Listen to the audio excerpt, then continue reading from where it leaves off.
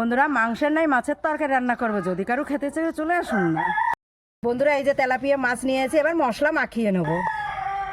হলুদ গুঁড়ো, লবণ, শুকনো লঙ্কার গুঁড়ি, জিরে তেজপাতা বাটা একসঙ্গে, আদা বাটা, কাঁচা লঙ্কা বাটা, সর্ষের তেল, এবার মাখিয়ে নেব।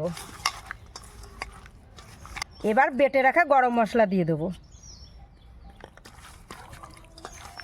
মশলা মাখিয়ে নিয়েছি, এবার ঢেকে রেখে দেবো। কড়া গরম হয়ে গেছে, এবার তেল দিয়ে দেবো। তেল গরম হয়ে গেছে, কেটে ধুয়ে রাখা আলু দিয়ে দেবো, ভেজে নেব।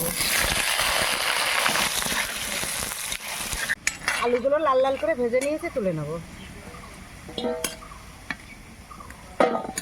ওই তেলেই ফোড়ন করে নেব তেজপাতা, গোটা জিরে, কেটে ধুয়ে রাখা টমেটো,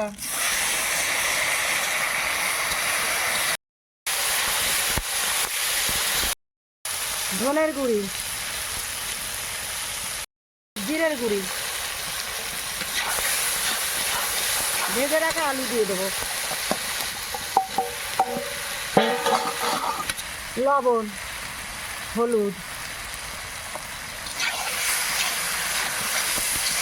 পরিমাণ মতন জল দিয়ে দিয়েছি।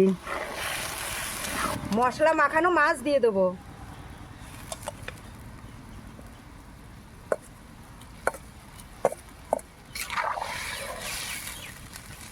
ঢেকে দেবো। এইবার ঢাকনাটা তুলে নেবো। বন্ধুরা এইরকম তরকারি পেলে মাংসের কথা ভুলেই যাবেন। জিরে, মৌরি, তেজপাতা, শুকনো লঙ্কা গুঁড়ো করে নিয়েছি, দিয়ে দেবো। এবার নামিয়ে নেব।